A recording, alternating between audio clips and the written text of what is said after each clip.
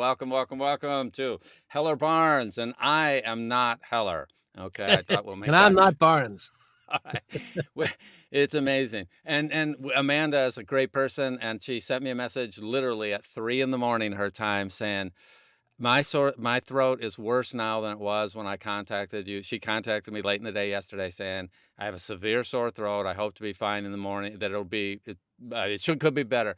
3 in the morning, she sent me something that just basically said, look, I can't talk. I can hardly swallow anything. So she'll be back. We'll have her on later. And so you are stuck with two guys who know nothing and who don't dress well, but will have a good time. So if you're here, be sure to throw something in the chat. We're happy to talk about it, but we're going to tell you some things that we have learned over the last, year and a half? Yeah, Uh, that we've been 15 around. 15 minutes. And so if you have a topic that we wouldn't normally discuss because we would be guest-centric, be sure to throw it in the chat for us. And hey, Sherry, good to see you again. And so, yes. And let me start with this, John. I got to ask you a question. I've heard you have a conference. First, I know you have something coming up this next weekend. We'll talk about that in a minute. You also have a conference that's like 6 months away. How many months away? And nobody's going. It's like you can't. What's happening with that? Can you give us an update?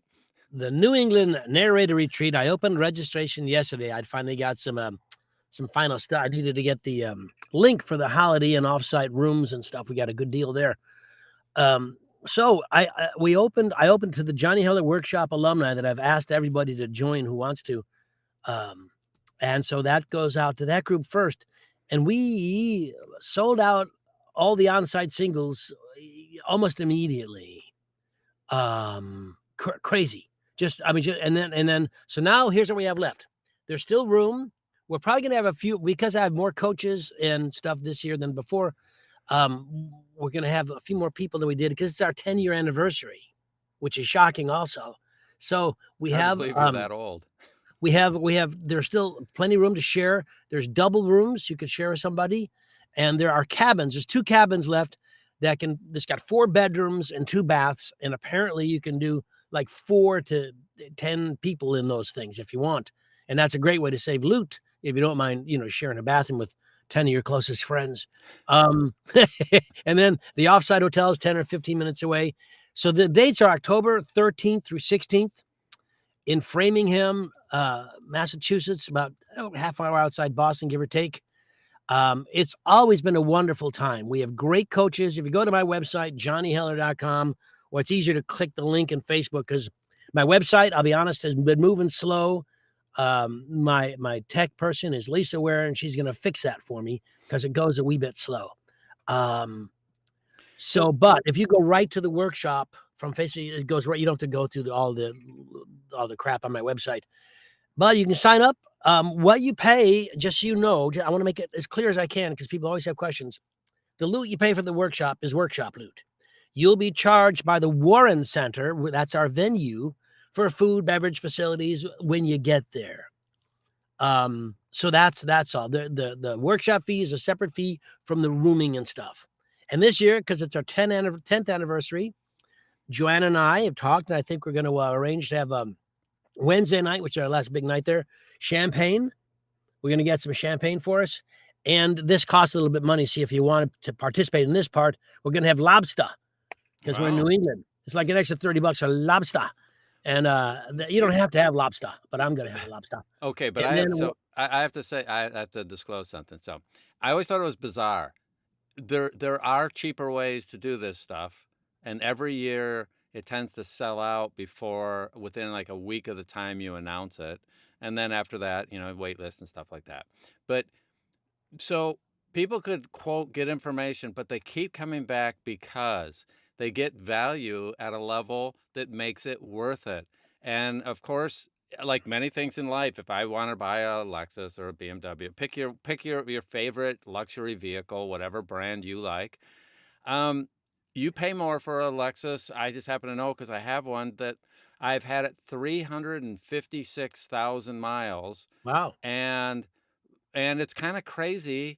I mean, how many over? I'm almost a decade and a half of no payments on it, and it's still amazing. So point being, yes, I paid more up front. The value I've gotten out of this thing is just insanity. Yeah, And so, and I think it's the same with this retreat where you find that before Johnny announces it to all the quote, the people who are outsiders who have never been there, he announces it to people that have been there in the past and they keep coming back. And that's just so bizarre. Why did you start it in what was the concept behind starting this whole thing? in the originally, Yeah. actually, it was Joanna. It was Joanna's idea, and I had a third partner, who's since left happily for me. Um, I've come back but though. we started in it started in Rhode Island, Uh-huh. and it was at that, there weren't this wasn't happening. We said we should go the idea of combining, like Joel's boat cruise, Yeah. you're combining a wonderful cruise, seeing exciting things, doing wonderful stuff, combining it with a workshop is just brilliant. So we combined a workshop in a place we like, which is New England, the changing of the colors. I mean, this New England's just beautiful in October. And surprisingly, the weather's worked out well for us every time. But it's we have a place in Rhode Island, which Mhm. is very rustic, but the food was amazing. I don't know, Don, if you were at the Rhode Island I was not. retreat. I missed that one. So then COVID came, so we did a Zoom thing. Then we started to come back. We went to the Warren Center. We've been there. I want to say, what is it? You've been to every Warren Center. I think 5 years, 5 6 years. years, yeah, yeah. By that. So what? And it's grown. It's grown. We used to have like 30 people. Now we have 50 people, and or 60. We're gonna have, I think, what is it? 11 coaches, 4 publishers. We have publishers from Macmillan, Podium, RB Media, Spotify. And here's the great thing about it. I think people come for a few reasons. One is the coaches really care about you. I really care about you, about the community, and about what we're doing. It's back to the basics of acting and making some right choices. You can't help but learn things. It's Right. impossible not to learn. I bring Don Baarns in. I bring Tom Deere in to help with business and marketing and other things that you need to know to keep your business going. I bring in publishers. And the great thing about that is 3-4 days, 3 meals a day, plus, oh my gosh, there's so much food. Cocktail hour, karaoke, listeners lounge, working together. These, your fellow actors, your coaches, your publishers there, a lot become friends. Yeah, yeah, And because one of the things I find when you go to some of these other events, it's a distance. And so frequently the distance we put between ourselves and the coaches is our own doing. But sometimes it's produced. But you can't put people up on pedestals right. because there's simply no way to find common ground. And this is a way to find the common, see what they're like. Yeah. It's a special event. It's kind of like, I've always said, it's like up with people with booze. So it has that warmth, that wonderfulness, but it's a party atmosphere, but a real mentoring and lovely, lovely, lovely atmosphere. And people seem to like it. Yeah, but it's so the bizarre thing is, let's say you wanted to know a publisher, the relationships are different there when you sit and you have lunch with somebody twice. You find out that, hey, they like cats or they hate cats, whatever. Whether you like them or hate them, you do want to know. Let's pretend that I hate cats, and you come over and you send me your resume, and you make a big deal out of you're the biggest cat lover in North America. If I were a publisher and you knew that about me, you would just go, yeah, I'm not going to tell Don I like cats because yes, Don's an idiot for not liking cats, but you wouldn't put that forward. But let's say we both liked a certain breed of cat or a certain breed of dog, and you learn that by talking to people during the lunch, during the dinner, and during the after activities. You find out what they like as people, and then a lot of times you find all the little common things that you relate to them with. And then that's a different relationship than I just send an email to some publisher going, hey, can you give me a book? Give me a book. I'll be really good. You'll be amazed when you hear me. Come on, why are you not calling me back? And even the publishers who go, like Guy from Macmillan sends different members of his staff every year. This Yeah. year's Chloe Nason, who I don't know at all, but she's going to be the Macmillan rep. I've chatted with her on the phone. She's delightful. She's excited to go. I mean, there's a chance for coaches, casting people, and actors to meet and hang out together in a real non-judgmental atmosphere. Yeah. Granted, you will be, they're going to hear you read and stuff, so there'll be some nervousness. But you know what? When you do a reading in front of a coach, the coach is going to work with you. So what the publisher gets to see that they never ever get to see is you working as an actor, Right. taking direction, making changes, making choices. And because so many of the casting people, publishers don't get to see that firsthand, it's an eye opener for them. They start realizing what the actor has to do, and the actor starts realizing what the publisher has to do. Yeah. And I find it's lovely. And Well, I don't want to what push I this too hard, but everybody should come. But what I do like about that is that they understand, though, that you have invested in yourself and you are investing in yourself. And I do think it's a differentiator. If I were to find out, so I'm casting, and I found out that, oh, Heller went to this event, he invested his own money, he invested a bunch of his time, he was there learning, studying, growing.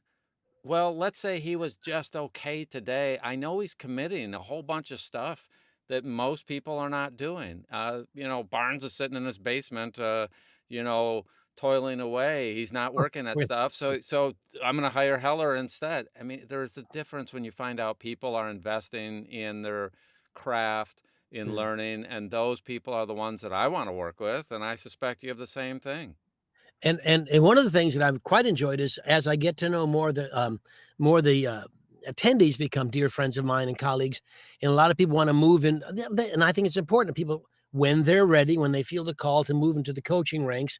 So I try to utilize some of that. So now we have more afternoon programming, Yeah. which basically is put together because various attendees said, like Melissa K. Benson's coming again this year. I don't have it scheduled, but I'll add her to Booth Health. Brenda Wasloo is going to do something on improv. Phil Thron and I can do something on humor. I think. Wait, you don't have any qualifications there? Yeah, right. I think you're doing something with Bill Lord and Oh yeah, we're going to talk about podcasting. podcasts, Yeah. Yeah. and Byron Wagner. At least we're going to talk about AI, which you and I can discuss a little today. Yep. So, I mean, there's stuff happening, so it's a chance for you to also share what you know, and because I think. Yeah, as I eventually I'm gonna be too old, no one's gonna wanna hear from me, and I'm gonna age out, and then we need a new cadre of coaches Yeah. and that's why I've worked with, Leon Nixon and some other folks to help them understand what coaching's about and bring them in because I think it's important that there are a trustworthy group of coaches, like in the second wave of our industry. Yeah, so like for example, let me ask you a question though. Why in the world would you bring in something on improv? Improv is such an important tool in the actor's toolbox. The ability to make choices that further a scene, that further a story. Um, I used to do improv professionally. I know Brenda's been doing it for a while, and I think it's just a good way for actors to learn things they might not otherwise know. And it's also a way for it's another tool the actor needs to know. And it's also, if you're not used to acting that much, this gives you a chance to know what it is to make choices. Acting is at its basic making choices. And if you don't make a choice, not to decide is to decide, And literally the worst thing you can do is not to make a choice. Yeah. Improv forces choices. One of the downsides of improv, not it's wonderful for the audience and stuff, but generally improv coaching and training tends to bring one about to a humorous. So it's funny. Everybody wants comedy, comedy, comedy. Not every scene is funny. So if you're improv in Chekhov or something, in the style of Chekhov or something. So you have to understand what the point of it is. Is the point of our improv, you and I right now at improv, to make folks laugh? Or is it to work our way through a particularly difficult emotional scene? Right. Improv comes in there too. So improv is multifaceted and an important tool. Right. All right. So and I played jazz music for years, and Yeah. jazz, the feature part of jazz is little understood if somebody is not, they haven't spent Aficionado, some yeah. time with it. That's normal. But the point of it is that you have a framework, and that within that framework, you have moments that you get to be creative, and you have moments where you work with other people, and then you have moments where you get to be the one that is shaping the feel. But here's the thing that people don't realize about improv in music, and very often in acting, is there is a whole framework that is existing for those who have done it before. They are not just doing whatever they feel at that moment because that's what they feel like. It's because there is a structure to it, even if you don't recognize it yet. So for Yeah. those who have been doing it, even the I'm not, I've always loved comedy, and I've read a bunch of books on how comedy is created, or as far as frameworks and things like that. But the simplest thing that almost everybody knows already is yes and. Yes. And And so for the few that don't know that, you really want to know that. But essentially, I throw out a premise, and Johnny, instead of saying no, because no ends the scene, ends the whole thing, is going to create a follow up to it. So I say cats are awful, yes, they are awful. I've always hated cats, particularly lions. right? So, yeah. So, So, but the it is point is there the bigger picture is this: there is a framework in which all improv, good improv, follows a framework, and then if you're good enough at it, you can break rules because you know them, but you need to know what the rules are, and when you you have to, yeah. do, you have a lot of freedom within a certain area. Yeah, you learn the rules, you learn the frameworks. It gives you a ton of freedom then to be creative within this. And the more of it you do, the better you get at it. And if you don't ever do it, There are rules for every improv exercise, like the question game where the scene is simply I can't make a statement, it's only questions. what do I you ask mean? you a question, your response has to be in a question form. There's the alphabet game where the beginning line is in A, then you follow with a B, then a C, has to begin that way. There's 3 through the door where you come in 3 times, that's how Oh, Saturday Night Live gets a lot of auditions. You come in, I'm in the information booth at the store. You have to come in as 3 different characters. There's all these wonderful things from Viola Spolin to the Second City to all these improv workshops, and it's I find it fascinating. fun and Yeah. interesting, and I think and Brenna does a great job. Okay. I think, I just think that's just another thing that's eh, there's nothing you can do, from an acting standpoint that probably won't help you as an actor. You know, pretty much everything you do, every choice you make, every conversation you overhear, it's all usable stuff. Yeah, and if you're gonna obviously you're creating characters every time you narrate, you're creating characters. Even if you're doing a first person biography, a nonfiction thing, you're embodying the author's truth and what they're talking about and being excited about it, and all that pays off when you get in the booth for those that have those skills, uh, who have already done the work to understand how to make great characters. So So having said all that, so there is room for you if you wanna come. Um, just follow through. If you have any questions, please let me know, and I'll try to answer them. I wanna give a shout out to the lovely Joanna Perrin and to Lisa Ware. Joanna's my partner in this, and Lisa is our fantastic right hand. She is just I couldn't do without her, and she's just great. So I wanna make credit where credit is due. Um, and it's been fun. I mean, I can't again, at the beginning of these shows, Johnny, how do you know so and so? I don't remember. But Don has been coming to this thing for a long time. I don't remember meeting him to ask him to come. I think he just showed up one day and said, I'm a coach. And he was there for the week and I couldn't lose him. So he's been ever since. But, he comes back not I mean, because he learns from it and he yeah, grows from it. And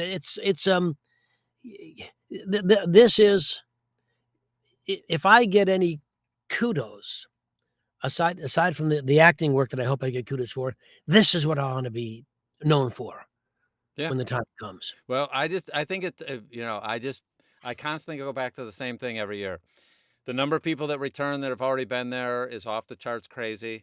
The wait list ends up being crazy. And there's a reason that people invest because they get value and they keep coming back. And that's why it's been going on 10 years. So hats off to you. So, Thanks. so just to change the subject a little bit. So ACX is doing things which now you could go on ACX and create your little Johnny Heller voice, and you can let AI, and you'll get a royalty of 10%, I think it is, on things that AI does for you. How do you feel about that? You're chomping at the bit to be one of the pioneers in that realm? Bite my own damn tongue off first. Okay.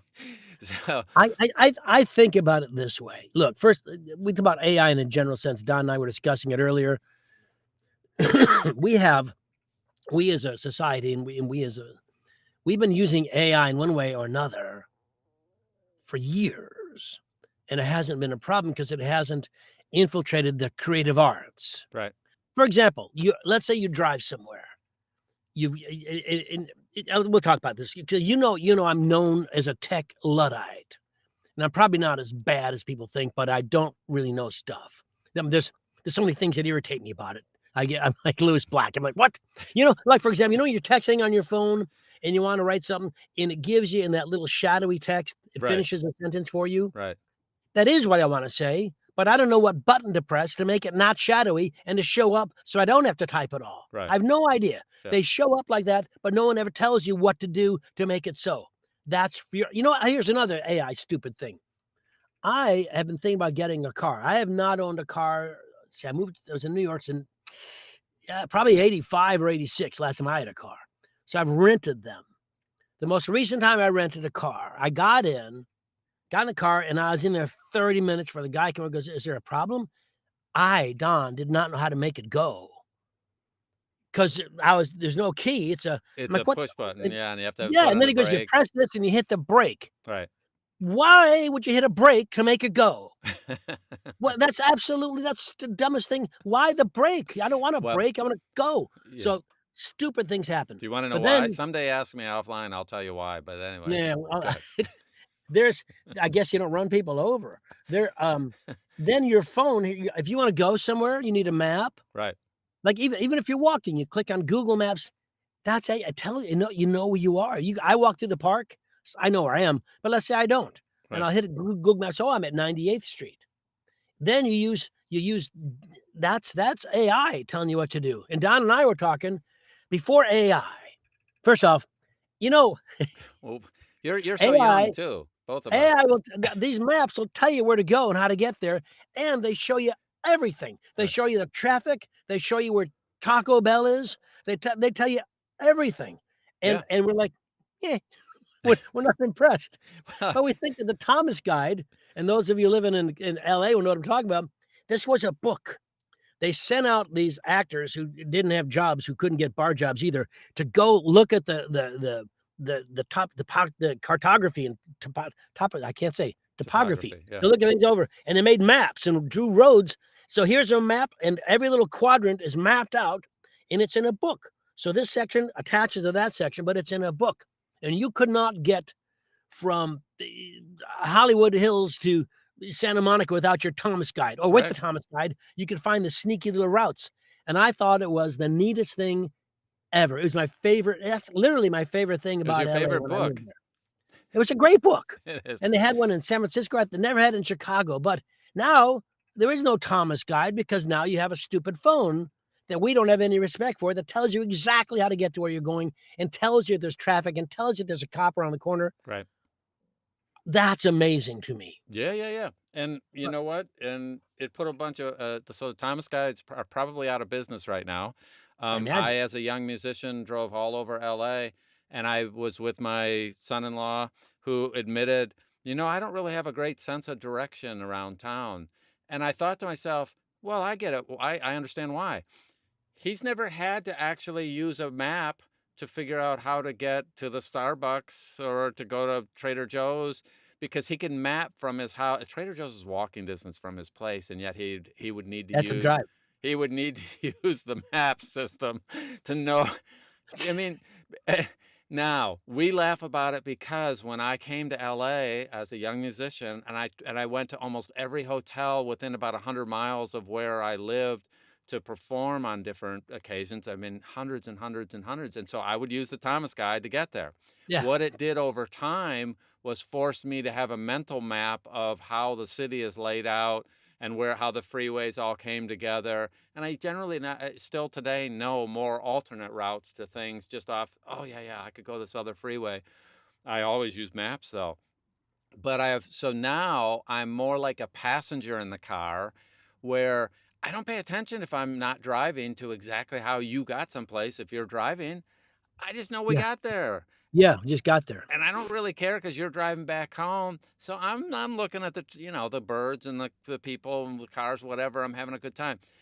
That means AI is making my life to where that part is not something that I have to pay attention to. And the AI is going to continue. What I'm happy about, happier than most people about, it has a place for all of us to use it, but it's not good at the creative arts, and it has some major holes. But I saw something, but it's rapidly getting better at a lot of things. And I saw a designer, a graphics designer, and he was showing, for example, wow, you can get an image right now that shows you with maybe you're in a field with horses, and you needed a picture because that's what you wanted. And he pointed out the little things about it that were just a little bit off. But he said, but since I know from my design background what should be there, I'm able to actually tell the AI to fix this, and this, and get something that's pretty amazing. So when you combine it with people who know what they're doing, it can do some things that are good enough for most situations. I think the point of our chat here is the general feeling like AI can go right to hell. It's probably not Right. the best way to look at it. I think in terms of audiobook and narration and stuff, I think if you get to the point where you just don't want to do it anymore, because look, if I sell my voice, Johnny, a bunch of us can do stuff. I'm the only guy who sounds like me, except for the people who impersonate me. But if you want this, Right. then no one, and I'm willing to sell it as AI, no one has to hire me again. Right. So if I do a one-time sale, here's $100,000, give me $100,000, you have my voice. Think about how long that money really lasts in today's world. Right. How many years, if that? And then think about what are you going to do when it's gone? Because as I said, well, I'd like to audition. We don't need to. You don't have to audition. We already gave you the book. You just don't get any money for it. Right. So there is something to be said. I think actors, if you're considering selling out to AI, and I use the term selling out because in my opinion, that's what you're doing, run it through SAG-AFTRA. Make sure that your interests are being protected with a good lawyer or SAG-AFTRA contracts. But to sell out to AI means that we no longer, that whatever you do, we can replicate and it's just as good. Yeah. Which means, look at it from an acting standpoint. Here's Don Baarns in King Lear. And we see Don Baarns at the Wednesday matinee, and it's fantastic. And then I see someone who saw the Wednesday night, Don Baarns, King Lear, and it is the quintessential best King Lear ever. Something happened between Wednesday afternoon's matinee and Wednesday night that Don brought that was always in him. It just all happened. Everything was the best. From Don's point of view, he might still do a better Friday. From the audience's point of view, it's an unforgettable performance. And I think you can't have an unforgettable performance if you never perform. Right. And AI means you're not performing. So what do you think about it if there was an AI that took your voice and you still get a royalty on everything, the way if you perform in a movie and you get a 5 cents per time it gets viewed or something like that? Does that change the equation any? I think residuals on films and residuals on books, if that can be arranged, are all wonderful. I don't believe a performance. I don't think taking the sound of my voice, the way I say a word, however I express myself, taking Johnny Hellerisms and shoving them into this book and then twisting it and shoving it into that book, however it works, I've got nothing to do with that. I haven't performed at all. So I think it's all bogus bullshit. Yeah, well, I think from an acting point of view, people are worried about AI taking their jobs, and I'm going to tell you what, and I've said this to my students, if you're not very good, they will take your job. Yeah. It's incumbent upon every actor, every audiobook narrator to be as good as they can be and continue to try to be better so that AI can never touch you. Right. AI will never be able to perform. It's never going to be a human being. Right. Well, but it is going to take the low hanging fruit. It's going to take people. If you are not a good actor and you performed a book, AI someday will be able to emulate a not so good. It's going to Yeah. be able to do that, and it'll keep growing. And here's the other thing that's going to happen.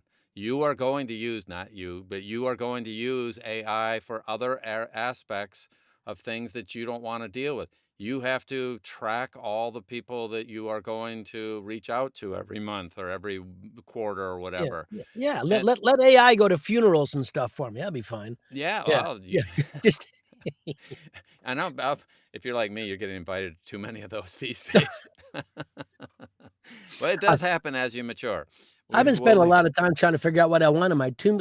There's some I think it was, Have you thought Spike of that? Lee, yeah, I think, Spike Mulligan, I thought one of those guys has on his thing, "I told you I was sick." It's see, something like that.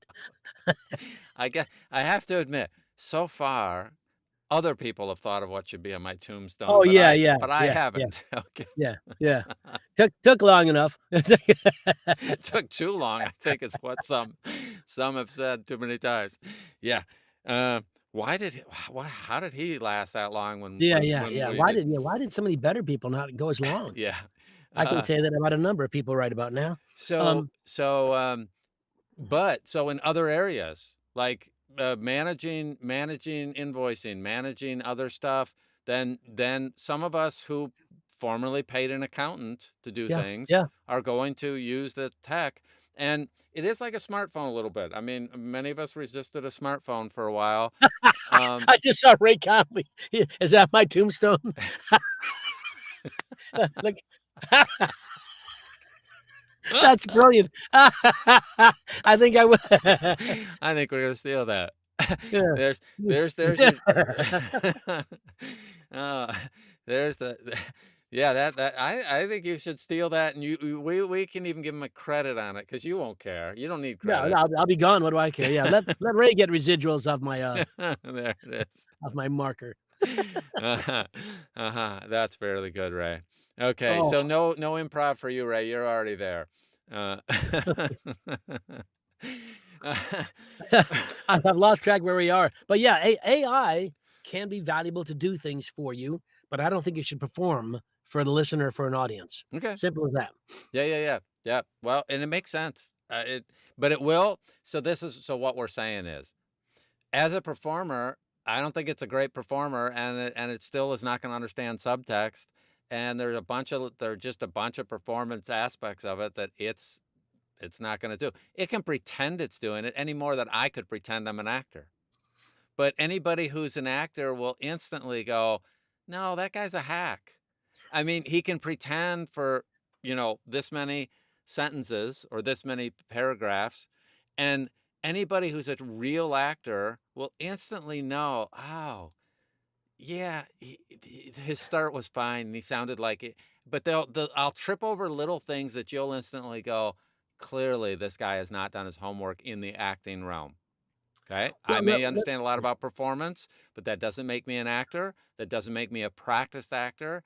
And I can sound good for a period of time, but as we get into bigger things, then you will you'll trip over all sorts of things where it's like, oh, rough edge, rough edge, rough edge, because I haven't studied that. it's, one of the things Joanna and I were talking just the other day, what we're finding a lot, what's happening more and more and more and more, and it's discouraging and difficult. A lot of newer, I don't want to say younger, it's more like newer, not to Right. say younger, but newer actors coming into the world of audiobooks because they think, anybody can do it. Um, and their questions tend to be, who do I contact to get the book? How do I get the job? How much does it pay? The money, where's the work? It's rarely anymore, what do I need to know Right. to be ready to Right. take the work? Right. And I think one of the reasons these workshops do well, the retreats, I mean, I know that there's tons of it. I know that Jennifer Jill Raya's got her retreat in Cincinnati coming up. I know that there's VO Atlanta and VO Dallas, and there's just and just stuff. I think people go, but what you have to remember is, look, you want to become a better actor. You want to be better at sharing the author's truth, at presenting it, and it's not and the jobs will be there, but it's not if you reach out here. Don can drum professionally. And I said, Don, I just got a drum set. Well, how do I start working? Right. And I don't even hold the sticks right. That I stuff. I did it though. Yeah, I yeah, lived that. I went to my first instructor. For those who are old enough, there's a song called "Taking Care of Business," Bachman Turner Overdrive. yeah, yeah, yeah. Okay, and it has a little quote. It's as a young guy, I thought that was a drum solo when he just kept playing the groove, and the rest of the band drops out for a little bit. And for anyway, Mm. so, and I went to this instructor and said, "Teach me how to play Taking Care of Business." And he was very nice about it. He was a Motown session player, and he said, "No." I'm like, "What? What do you mean, no?" And he was, "No, no, no. I will teach you how to play the instrument so that you can play that song or Anything 150 else? others." Instead of saying yes to I was 14, Yeah. I had the song I wanted to do, and he said no, and it was really discouraging at first, and I almost quit. My mom talked me into staying, and a year later, I'm like, "Ah, this guy is brilliant," because he taught me how to play the instrument, not one song, and because it wasn't one song focused, I was able to play that and other things because of the details and the fundamentals that he gave me, Yeah. and so I ended up passing most of my peers. It was, Yeah, like, well, your mom crazy. must be pretty amazing because I can't imagine any parent saying, "Yeah, let's work harder on the drumming." No. No. My mom being a single parent at that point, my dad was out of the picture. She was just looking for activities to keep me busy, and one of the weird things was I could practice drums, she could go to the neighbor's house, thankfully Right. for her, and she could hear me practicing. In the yeah. Do you have it set up in the garage? In the basement Oh, of my yeah. house, and so, therefore, she knew while she was at the neighbor's, I was not burning the place down or go out Yeah, doing yeah, yeah. drugs. I had to focus something, and she would take me to drum lessons once a week You because know, she wanted me to have something to keep me she could literally she 2 houses Don, away could hear me practicing. that you can commit the perfect crime. It's like I watch a lot of mysteries. You tape yourself doing your drums, Yeah, yeah, I didn't know how to do and then that. you play it and you go off and murder whoever you want, but it's clear that you've been drumming the whole time 'cause everybody heard you. Yeah. Yeah, well, Somebody that was write that, I about, got that. so it was really a self-defense mechanism for my mom and turned out to be, but because I got lucky and got with a gentleman who was a world-class mentor, and Yeah. he was about teaching me how to learn and teaching me how to teach, not Yeah. just how to play drums, and I got fortunate with that. Everybody in this games wants to get their name on the book and get the big money that's in audiobooks, Yes. which there isn't, but without ever learning how to actually do it, and that's problematic.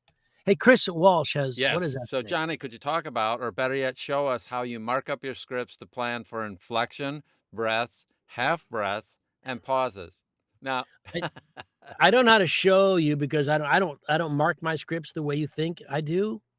Yeah, let's talk it's about script prep, real basic, and this is part of the thing that you get in coaching, hopefully. yeah, Yeah, and when you read the script, you read the book, you read the script first, you have to. So you kinda know the story, and you don't I don't read let's say I'm doing chapter 1, I don't reread chapter 1. I've read the book, I'm ready to go. Now I may look what I will mark in my script, if it's, let's say, fiction, I will mark Don Baarns said in his soft, sultry voice. I'll underline soft, sultry voice so I know that's the kind of voice he has. Other than that, I know a lot of people highlight with colors Don Baarns lines, Lisa Baarns lines, Chris Walsh's lines, Joan Covino's lines, and they highlight it. I'm using the people in the group here. So there's blue and there's light blue and there's magenta and puce and burnt sienna. See, for me, I forget what color means anything if you do that. right. There's too many. It looks like a evangelical's Bible. I have no idea what anything means. I just write that way. And in terms of breaths, I don't mark that. You take a breath. Right. But Part of the acting lesson is learning when the breaths to be taken, and I'll tell you based on prepositional phrases, conjunctions, and punctuation marks, you can steal a breath. But I don't mark it down. right. I may, if I want to make a pause, those, on those HPP on those, URLs where it's got the Oh 2 yeah, lines, you know? slash, yeah. Slash, slash. I might make slash, slash where I want to make sure it's a breath or a beat, and I wanna emphasize it. I may mark that, but I don't mark in breaths. I don't mark inflections. When you're working, you hear what you say, and you say, "Well, that didn't come out the way I wanted." Because let's say I'll refer to being on stage again. Don and I are doing a show. We do the show, and I say, "Oh, man, that didn't come out right." You can't go back. Right, You cover, you move on, and hopefully fix it in the next show, assuming it's not closing night. In audiobooks, all those squiggly lines can be eliminated and replaced with new squiggly lines that are closer to the squiggly lines you want to say. right, It's really as simple as that. How much you mark your script is entirely up to you. I find too much marking becomes more confusing than no marking. right, So you decide what you want to highlight, and in time, what you as a newer actor, what you start with may change as time goes. You'll find you don't need to do that. But I don't think I'd mark breaths. Because Don and I are talking to you guys right now, and neither one of us has said, hang on, I got to breathe, and then moved on. That just doesn't happen. yeah. But I have it all on my script. It's all mapped out. Yeah. Yeah, of course. So, but here's the thing. That's the natural thing is that people have been breathing their whole life, and I take a breath when I need a breath. The one thing annoying about working with my wife is that in the early She's here, days I'm only gonna bring up one thing. It goes about 50 the other way.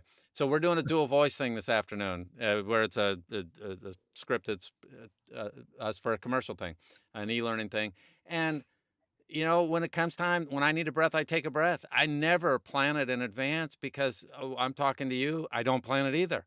Yeah, At the end of a phrase, I take a breath, and I take a yeah. gentle breath, and who Yeah, cares? and then Nobody's you may be playing a breathy character, someone Yeah, has yeah, or, what if your character is an asthmatic? That changes things too. yep, Just there's and even in a nonfiction, the script prep is similar.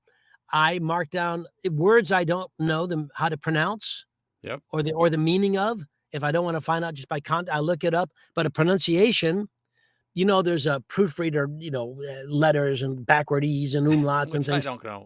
But I don't know that either. Just write it down that it makes sense to you when you see it. Parabellum, however you gotta write that so you say it right. You know what I mean? Stanislavski. Do you Fine, remember when I tripped over Stanislavski. Stanislavski?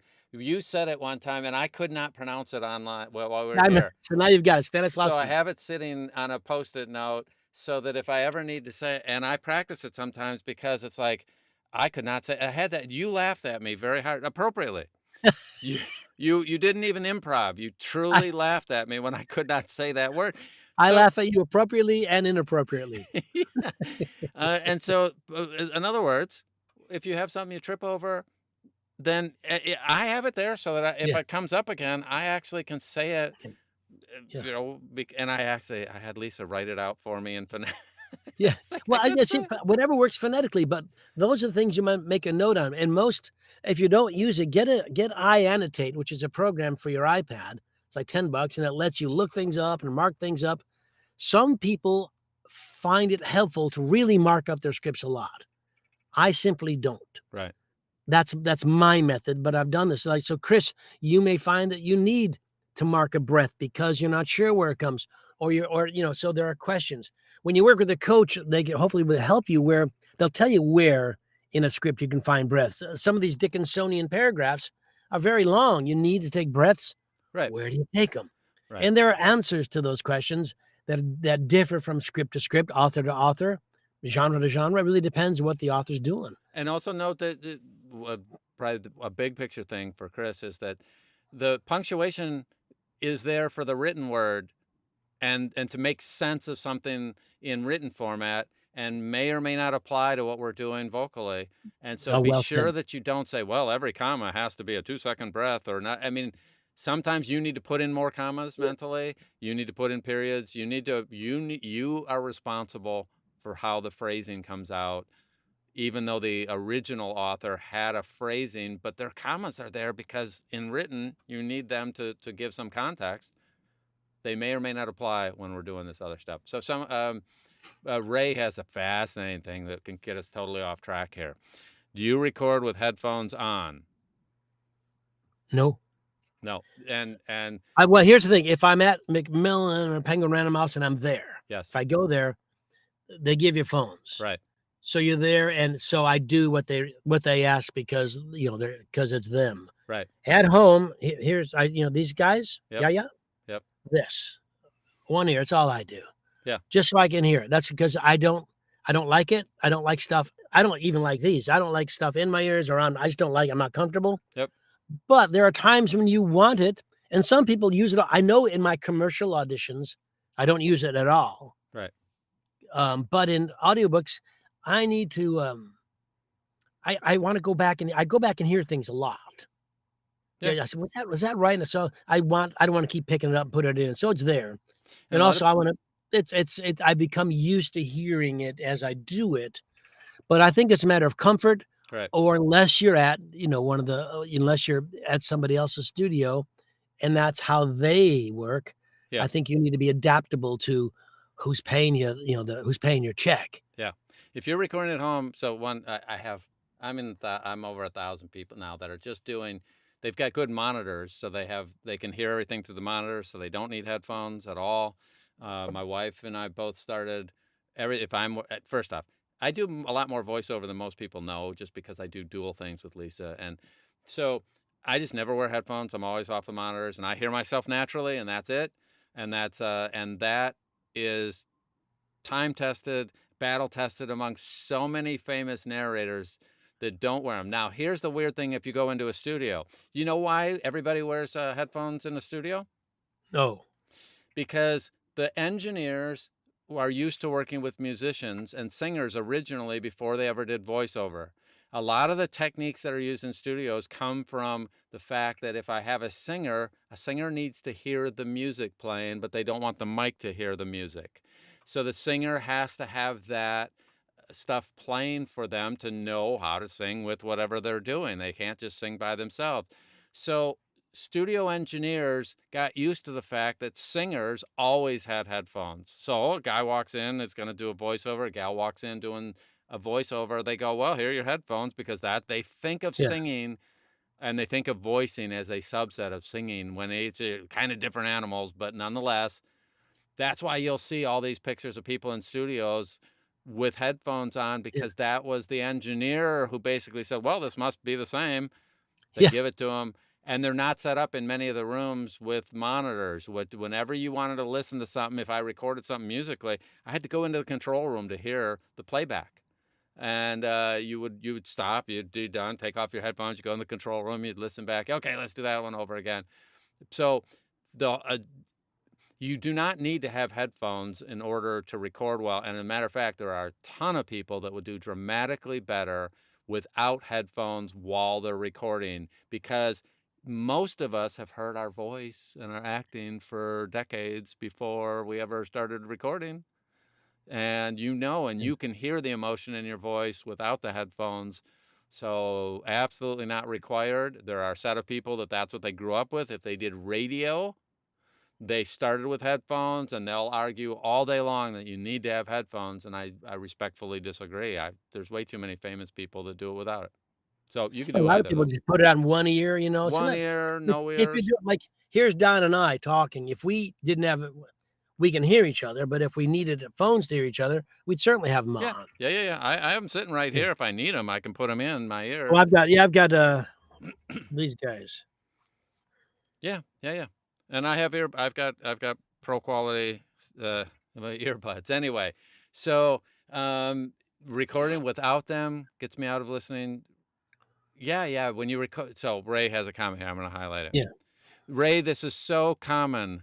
Recording without them gets me out of listening to my voice. One of the things that does happen, if you are talking into a mic and you have that mic feeding into your headphones, so you hear it in real time, you are hearing something different than what you're used to hearing the rest of your life. And you can get used to that, and you can perform very well with headphones. So it's not you can't do it. But I guarantee, I just over and over and seen so many people over the years go from using headphones to using just their voice and knowing it because that's more of what they hear Yeah, yeah. 24/7, that they actually are more comfortable without it.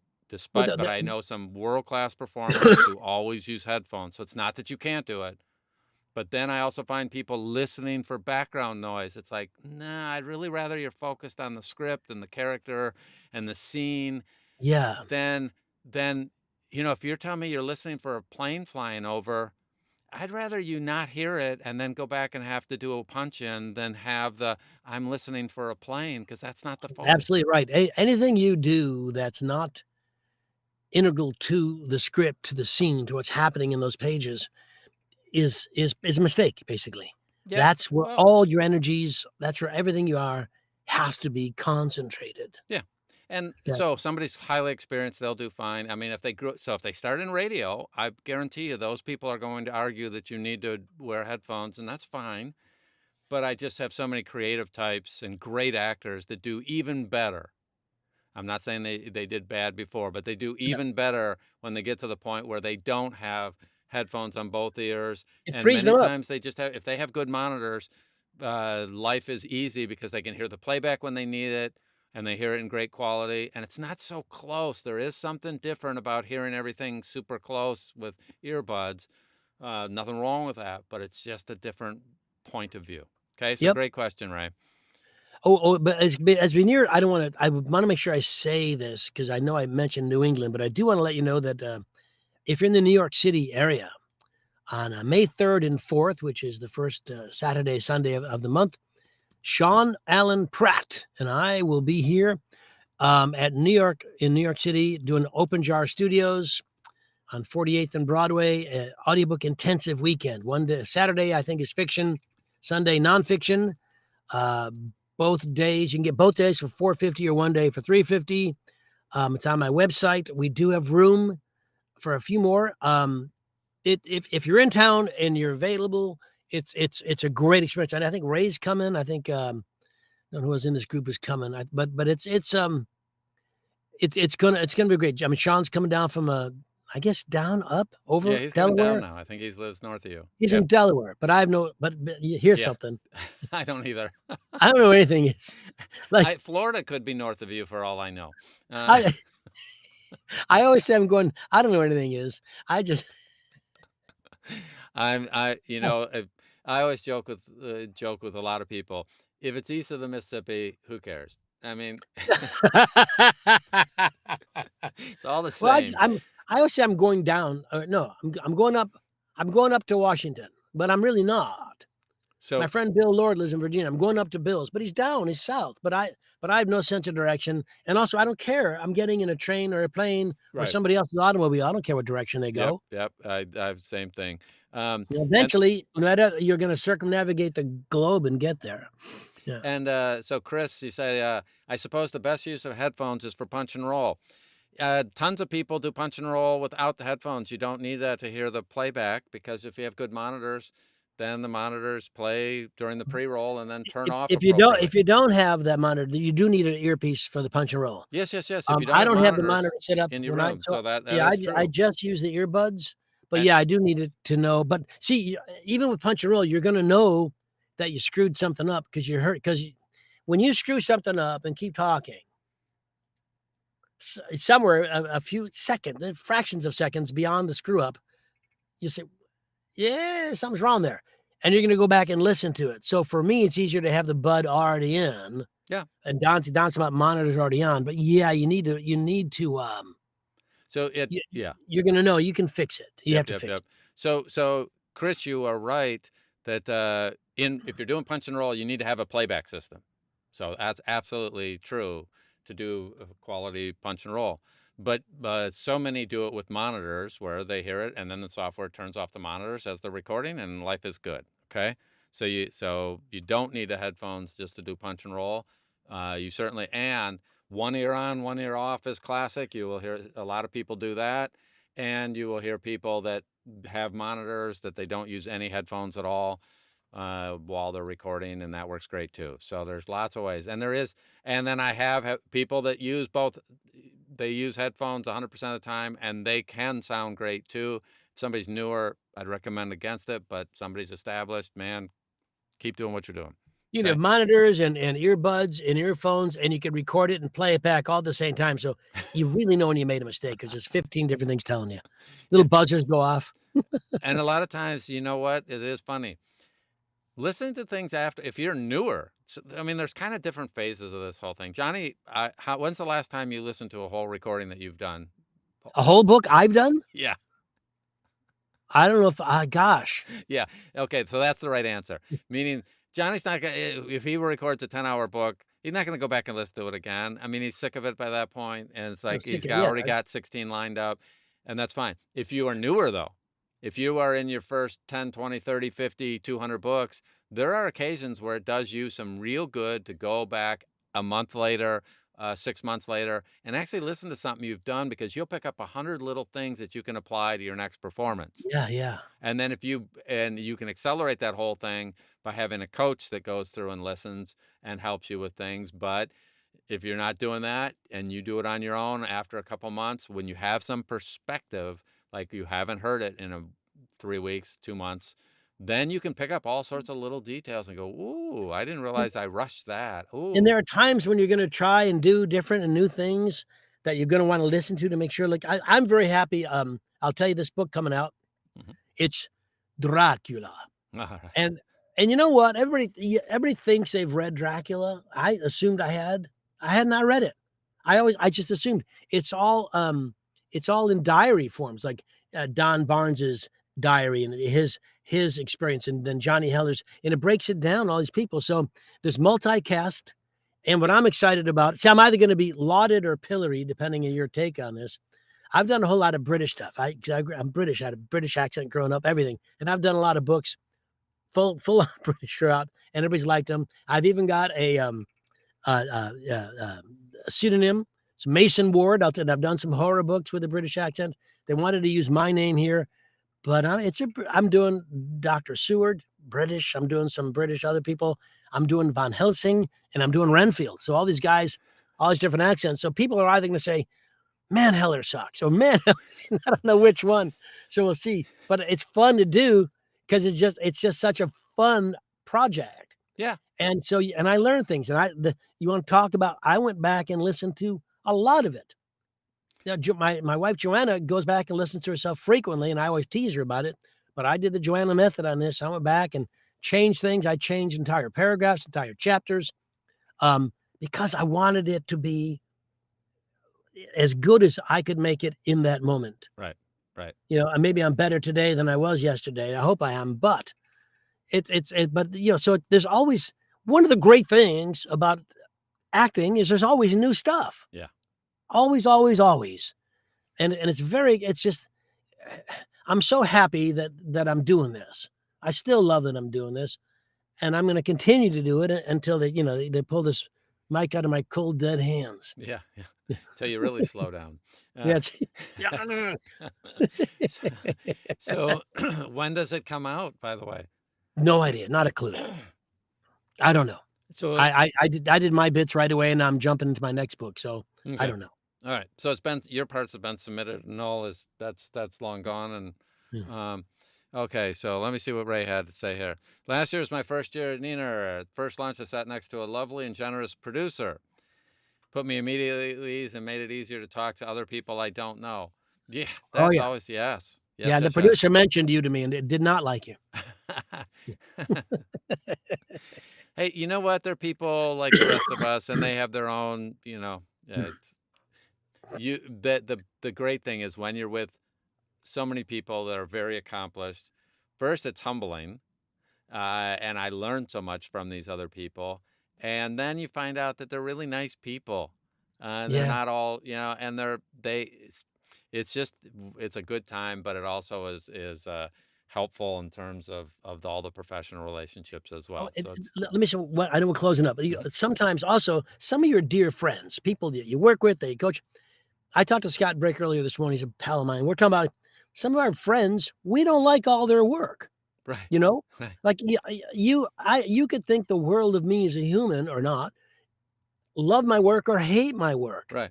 doesn't mean that you don't, so Well, you don't have to like, especially the big names. right. I don't like everybody's work, and I don't like everybody's work on every specific book. Yeah. Well, it makes sense though That's that I okay. mean, because Scott Brick has a very distinct style Yeah. that is totally different than the way I'm guessing you would not approach some of the things that he does the way he approaches them. No, he's awful. Well, well, and he's not very nice about it either. No, Uh, no.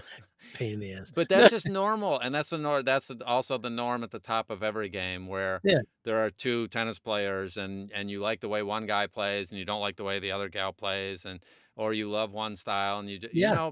that's normal. It's always gonna be that way at the top. There's gonna be some great people doing something totally different, so But at any level, anybody where they are, just you don't have to love everybody. What you have to love is at least what they're trying to do. yes. Well, I Yeah. think so I would say it as you need to respect other people's great work, even if you would approach it totally different. And I do Yeah. think that's the cool thing watching you and Scott. You guys do things different and you respect each other, despite the fact that you'd say, well, I'd look at it a little different. I'd approach it this way and I'd approach it this Yeah. way. And there's a mutual respect there, despite the fact that you may not like every choice he makes. He may not, or he wouldn't do it your way. He has his Yeah, own way. yeah, yeah. That's fine. That's the way Yeah. this business works. So, anything else? So you have a workshop coming up this next weekend in New York, is that correct? This The, May 3rd and 4th, May 3rd and that's 4th. 2 weekends away, isn't Okay. it? Yeah, it's a couple weekends away. You're right, you're Yeah. right, you're right. Matter of fact, I'm gonna go try get And that. then October 13th to 16th is New England Narrator Retreat. Yep, that's, Um, New York, Neener, so that's our 10-year anniversary. I'm quite excited. Um, and then and, you have something coming up a couple weekends away. Okay. yeah. Cool, cool, cool. I thought I So there's put that down. always stuff, and by the way, if you guys like this show, and I know you're here and you like it, please make comments, Afterward. comment after the thing because that helps us a lot. Share the good word that this is out there.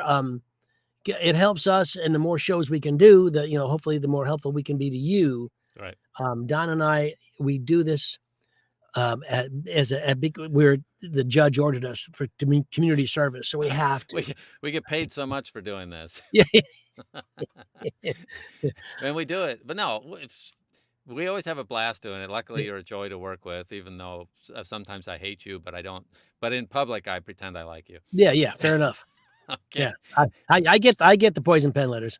I know Yeah. where they're from. Yeah. So thank you for attending. Be sure to like, subscribe, pass this to others. You can post the link in other groups too. That's very helpful. Or comment on the post when you see them that you're attending. That helps us too. And as always, we look forward to see you on the wires. Johnny, we'll see you next week. Have a Had good a one. great time, Don.